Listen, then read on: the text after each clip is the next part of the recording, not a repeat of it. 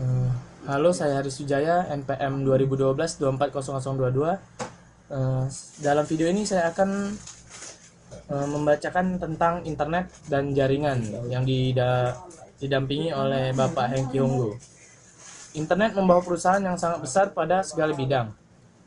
Kemampuan dari jaringan sangat menguntungkan dan membawa pengaruh yang besar pada berkembangnya di segala bidang seperti kesehatan, pendidikan, maupun bisnis. Nah, apa yang kita pelajari? Menggambarkan bagaimana jaringan mempengaruhi kehidupan kita.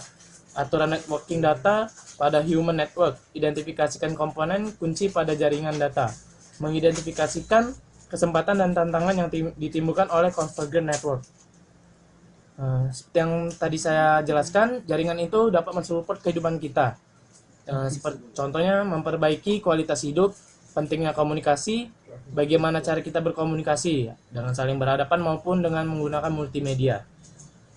Kemudian jaringan data awal terbatas pada bertukar informasi berbasis karakter antara sistem komputer yang terhubung. Nah, bagaimana jaringan mempengaruhi kehidupan sehari-hari? Yaitu di online banking. Kita tidak perlu lagi repot-repot datang ke bank ataupun mencari ATM untuk melakukan transaksi, tetapi hanya dengan menggunakan smartphone maupun handphone, kita dapat melakukan transaksi di mana saja dengan menggunakan internet. Nah, kemudian world news, kita dapat mengetahui berita di suatu negara tanpa harus datang atau mengunjungi daerah tersebut. Nah, kemudian weather forecast, kita dapat mengetahui cuaca untuk esok hari maupun lusa. Sedangkan traffic condition itu digunakan untuk agar kita mengetahui kondisi di jalan mana yang macet dan di bagaimana jalan alternatif. Kemudian contoh alat komunikasi yaitu web blogs. Web blogs adalah halaman web yang sangat mudah untuk mengupdate dan mengedit. Tidak perlu memiliki pengetahuan teknik mengenai desain web. Sedangkan podcasting yaitu website dari file audio yang dapat di-download. Sedangkan wiki adalah halaman web yang mana sekelompok orang dapat mengedit dan melihat bersama-sama. Beda blog dengan wiki adalah jika blog individual dan personal jurnal, sedangkan wiki kreasi kelompok. Kemudian collaboration tool. Collaboration tool memberikan kesempatan untuk bekerja sama dengan dokumen yang digunakan bersama. Tidak ada batasan lokasi atau zona waktu. Masing-masing dapat berinteraksi atau berhubungan dengan sistem bersama atau shared. Dapat berdiskusi, share teks dan grafik dan mengedit dokumen bersama-sama.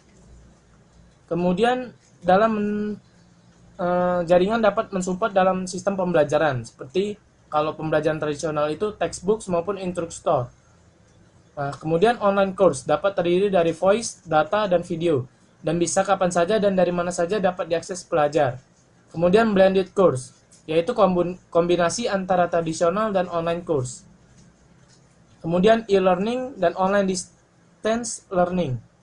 Contoh pembelajaran menggunakan online. Seperti yang saya pelajari saat ini yaitu Cisco Networking Academy Program. Terdiri dari teks, grafik, animasi, dan simulasi jaringan atau paket tracer. Kemudian jaringan mensupport pembelajaran sharing collaboration untuk membantu pembelajaran. Kemudian rule atau protokol. Protokol adalah aturan pada jaringan yang digunakan device jaringan untuk berkomunikasi satu dengan yang lainnya. Kemudian TCP atau IP, standar industri untuk jaringan saat ini. Dengan menggunakan atau diaplikasikan dengan mengirimkan email atau instant messaging. Nah, kemudian convergent network.